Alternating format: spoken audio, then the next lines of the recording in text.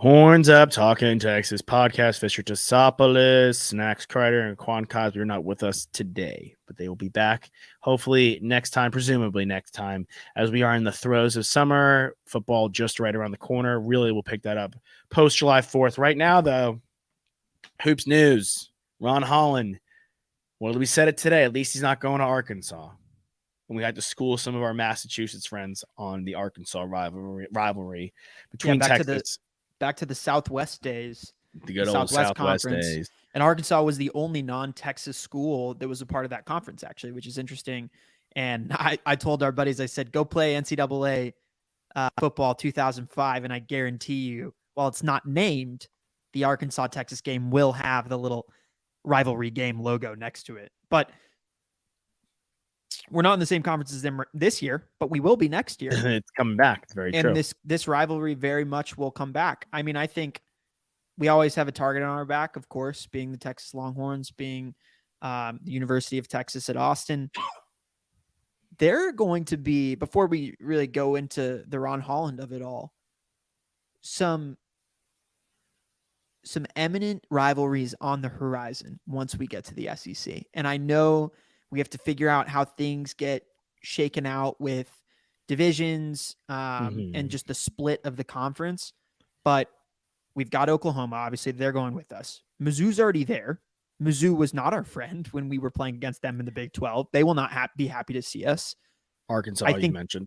Arkansas, who I already mentioned, who Nick said is probably a top 3 rivalry historically with Texas. You've got A&M, Oklahoma, and Arkansas was what he listed. I think, of recent, of course, Tech, who I would probably I'd probably put them ahead of Arkansas just because how much that rivalry has meant in the last 25 years. Baylor. Baylor and TCU, of course, even Oklahoma State, K-State, literally every Big 12. Kansas. I was about to say Kansas in basketball. I would think Bama jumps into those. I don't think there's too much animosity between us and Kansas. Yes, there is. I'll tell you why. Not comparatively. No, well, I disagree. I agree, and I did. What's the biggest game on the basketball schedule? Pretty much the 2 biggest games in the basketball schedule in interleague play are Baylor and Kansas. And that's because they're great, and that's why I think when we get to the SEC, one of our biggest rivals automatically becomes Alabama. They become and I would say I would throw in LSU as well. I was about beat me to the punch. I would say LSU because they are the top dogs.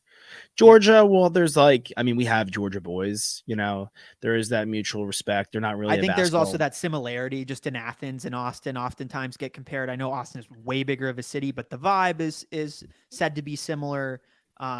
Both of those cities are beloved, just I would say by the nation from a general standpoint. I think that we will probably see a Georgia rivalry bloom, but to a lesser degree in comparison to Alabama, LSU, Arkansas. I think those 3 teams, and of course Oklahoma, that nothing will change there. Less of a rivalry, trying to think of the new rivalries.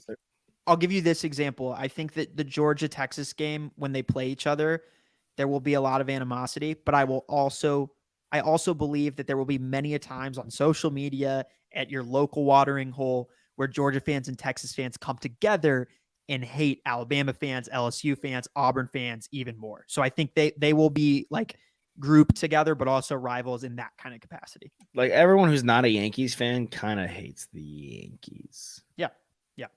There are people that do like them. Everyone hates Alabama. Everyone hates Alabama. And then LSU is everyone hates us, frankly, too.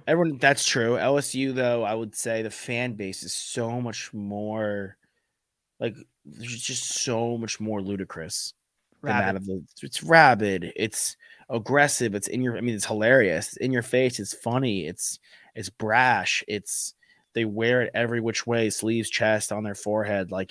They bleed purple and gold. And not that the Georgia fans don't, because their fan base is also insane, but I felt they've handled winning with a bit more class, a bit more private school versus public school. Honestly, I hate to put it like that, but that's just what it is. I love when LSU wins, and obviously I have that tie, but I think there are a lot of people who are not from Louisiana who also root for LSU and have come to really enjoy them winning. A lot of people took a side in the women's college basketball tournament And people loved Angel Reese. They Mm-hmm. loved what she stood for, what she represented, how she carries herself, her swagger. Talking about Shaquille O'Neal.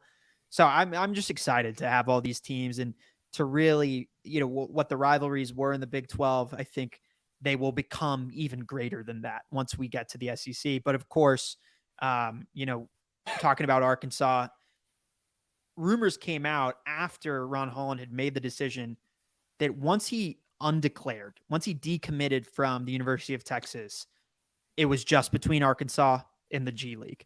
And that was the reality.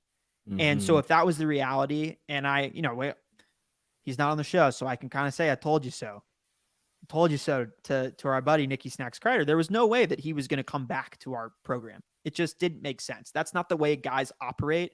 No way. The transfer portal is a little different, but guys that are committing, that's how this is the new normal, right? Is that guys will commit and they will commit really early, and then they will decommit and they'll go somewhere else. They get more money, or they want to go to the G League, or they want to go play in Australia, in the NBL, whatever it is. And so for him, he'll be headed to the G League. I was watching as soon as I saw that. Number one reaction was, okay, I'm glad it's not Arkansas. Number two, because on the off chance that he stays, we go to the SEC and we have to play Eric Musselman, and he becomes their best player in year 2 as a sophomore. Ugh, that's going to suck. And I don't think he'd be a sophomore, though. I don't think you think he'd be a sophomore. That's not the expectation. But in watching some of his highlights, he's one of the typical Texas dudes that should stay. I think it's a mistake that he's going to the G. I don't think his body's ready. I think he needs to fill out, and he will just by getting older. But he has a lot that he can work on with his game. I mean, he's so dynamic. He's so explosive, so athletic. He plays above the rim when he gets into the paint. He's a tenacious dunker, but the ball handling isn't quite there yet. I think it could be a tough time for him in the G League. I don't think he's going to dominate. I don't think he'll even put up the same type of performance that Jalen Green did. Maybe more Jonathan Kuminga-esque is what I would expect. But he's very talented, and he could have easily slotted in as our starting 3, and we would have been able to run a really big lineup out there with Shed and Dessou, who played golf with our buddy at Pitch and Putt the other day. Shout out to Daniel Carr. Max Shiner. And Max Shiner. Yeah. Abe Froman. So the Sausage King of Chicago. I love that little shout out you gave him. Thank you. We still need to address the wing position, but I think outside of that, I still really like our starting lineup with Hunter and Admus and Dessou and Shedrick at the 5. So what are we pissed about? Shedrick is a great addition. Dessou is a great stay. Hunter is a great return. Admus is a guy who's been there in the heat of the moment, but the most pressure, but all at the same time having a ball with Oral Roberts. And I think when we brought in Serge Jabari Rice, we weren't like, oh, this is the guy. It was okay. Cool. He was our 6th man. I mean, he was 6th man. All right, fun, whatever. You don't know what these other guys that we're bringing in are going to do necessarily. And yes, we did not get Caleb Love, but that's fine. We have Admus, we have Hunter. Returning Hunter was almost more important. I actually think it's also really important that Holland picked the G League as opposed to going to Arkansas, because I think it keeps a little bit more of the integrity of Coach Terry's recruiting ability. Sure. It makes it not about, in both the cases of Johnson and of Holland now, it wasn't about another program beating us outpaying us, or having a quote unquote better coach that could get them further in the tournament or develop them more into being a one and done and really starting their NBA scouting process on the right foot. It's simply because these guys want to go play professional basketball, and they feel like they can give themselves a better shot by going to the G League and going to the NBL. So I think, it's a little bit of a silver lining, I guess, because we are losing 2 5-star recruits. But again, I don't think it hurts Terry as much as people will probably make it out to be for, the next few weeks and into the season. We'll certainly hear those murmurs come back. Yeah, and guys could always, I'm looking at the train, Grant Nelson, I don't know if we'll get him, but he's pulled out of the draft from North Dakota State. I would love to That see if guy's we get it. nasty. That guy's nasty. He's dope. Yeah, I mean, he's probably that guy literally screams Iowa and probably will go there. But like, Sure. okay, Julian Phillips is going to remain in the NBA draft, and he was going to transfer. That's unfortunate for him, honestly, because he's from Texas, and I would have loved to see. I would have loved to see him. I mean, look, we wish for the best for these kids, but selfishly, I would love to see him go. Right. But guys like LJ Cryer left Baylor and he went to Houston. Like that would have sucked if Ron Holland did that. You know what I'm saying? There's a lot of guys who there's still guys available too. I'm trying to scroll through. Arthur Kaluma is available. Right. Right. What if we go get him? What's the latest with this dude? Yeah, I don't know. I haven't checked in much on Kaluma. But if he's running our 3, like we're really big. We're really big and really long from the 3 to 5 positions. And we would be a true test for teams. Or, he comes off the bench, I guess. But that's not the type of guy that's going to transfer somewhere if he's not going to start right away. He's looking to up his stock in the draft for sure. I saw some cool photos of Marcus Carr working out in a Lakers uniform. That was nice. Hopefully, just rooting for our guys that are there, that are doing the thing, that are hoping to get picked up on a summer league roster and get an opportunity. But yeah, I mean, that's kind of where we're at with the hoops team, and more information will, I'm sure, come out as the transfer portal, as those other names that you mentioned and more. That Chendall Weaver all kid that shakes out. Yeah, where's he from? He's from Arlington, UT Arlington. Yep. He averaged as a freshman last year. He's from Texas. He averaged 10, 5, and 2. Yeah. 40% from 3. Like, all right. Like, I like that a lot. Yeah. How can you hate that? Like, it's a guy. And Brock's still with us too. I mean, we know he's just lunch pail, hard hat guy. He's going to come in and give us 110% effort every single game and be a really good vocal leader. He's like the Udonis Haslem. He's like the Perry Ellis of college basketball at this point. Now he is.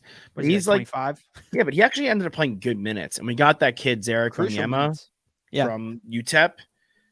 He's a sophomore, so he'll be a junior, I believe.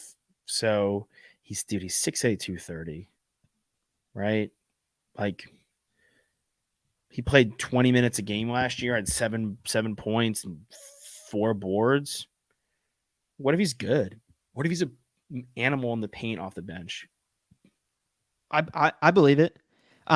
Quick little pivot to some football, and basically the only football news for UT this week. But Arch not in attendance for the start of summer workouts because he is graduating from Newman High School. Nice. So shout out. It's big. We always give a big shout out to Newman. Yeah, shout out to Newman. You have a good buddy, Eli Sturpko. You guys are. He's a buddy of mine as well.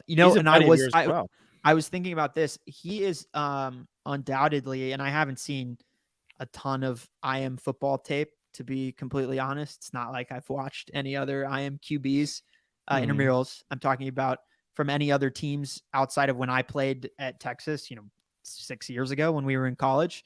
He was the best quarterback I saw on the intramural field. Throws a great ball. Best intramural QB I saw. No, I will pass. I will tell him to listen to this. Well, at least he threw the prettiest ball. He wasn't quite as much of a dual threat as some of the other guys. Definitely not. That guy raced him in Gulf Shores, Alabama, drunk one time. The guy's the farthest thing from a dual threat, but he could throw a hell of a football. Yeah, that's for sure. Newman's finest. Yeah, Newman's finest. Absolutely. Texas baseball. Shout out to them. Play the Raging Cajuns to start off college in round 1. Yeah, at the Alex Rodriguez Memorial Steroid Park in Coral Gables. Steroid to heaven. Steroid to heaven. That's hilarious.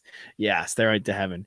So wishing these guys the best. Ty Madden apparently, tearing it up. And I was reminded that Bryce Elder, who has been epic for the Atlanta Braves, Texas Longhorn. I didn't even realize. And I'll admit what position is he? pitcher. He's been epic for the Braves, dude. He's like a sub-2. He's a top 5 in ERA in the league through 2 months. Like I anticipate he walks. A guy in their pen. No, starter. He's a Wow. starter. Yeah, he's been dope. Been really dope, which is crazy. What's the list of the guys that are? I'm looking it up right now. Texas, who are in the MLB? Let me get it. Bryce Elder. He was a 5th round pick. University of Texas. God, Baseball Reference, Football Reference is just the best. Yeah. So, do we know where Melendez is right now? He's in with Arizona's farm, but do you know? He's definitely not like, I wouldn't imagine he's like moving. Like he just got drafted last year. Right. Well, Elder was the only guy in the 2020 draft. Yeah, that could happen. Round 5 guy from our squad. Oh, I didn't realize. I always forget that Belt is a Longhorn. Brandon Belt. Yeah. He's like the best. He's like one of the best right now. Melendez in A+ is 7 homers, 21 ribbies, 363 on base percentage, 264. He's probably got to kick the average, and the strikeouts got to go downhill for this kid. But I mean, he was amazing in Texas last year, and he's obviously a prime hitter. So he's 23. I hopefully the next 2 years are going to be very telling for him. Oh wow, Dylan Peters, the pitcher. I didn't realize. Definitely, but Bryce Elder, Corey Knebels, Houston Street, Drew Stubbs, we've had on the show, Cameron Rupp. We haven't had a Ryan Roberts who hosts a show with Joe DeLeon. Did Workman get a ring? Yeah, with the Sox. Yeah, Brandon Workman for sure. He might have 2. There you go. Shout out him. See, he might have 2. Yep, he was on that 13 team. He was on that 13 team, dude. Yeah, he's got 2 rings. That's kind of swag, honestly. There you go. We might have to. Let's get him on soon. Yeah. The thing is, like, candidly speaking, with the baseball players, they're just not active on Cody Clemens, Roger's son. They're not as active on social. Right. So for our listeners out there, getting and not just because we want them to post and all that hoopla, it's like getting in touch with them is a bit more cumbersome when they're not on social. Yeah, I mean they played and they got out of it and they're on to their second act, so I don't blame them. Even though Quan has everyone's number, including Obama. Quan. Yeah, well, hopefully next week when we all hop back on the mic and there's some more updates on Texas football, Texas baseball, Texas basketball that we can provide for the Horns Up squad out there. Nikki Snacks will be back and so will 6. So will Quan Cosby. Big 6 will be back. Yeah, with Nikki Snacks. It'll be great. And then let's screw it. Let's try to get one of these baseball guys on. Yeah, that'd be awesome. Cool. All right, hook 'em horns. We'll see you guys next time. Hook 'em.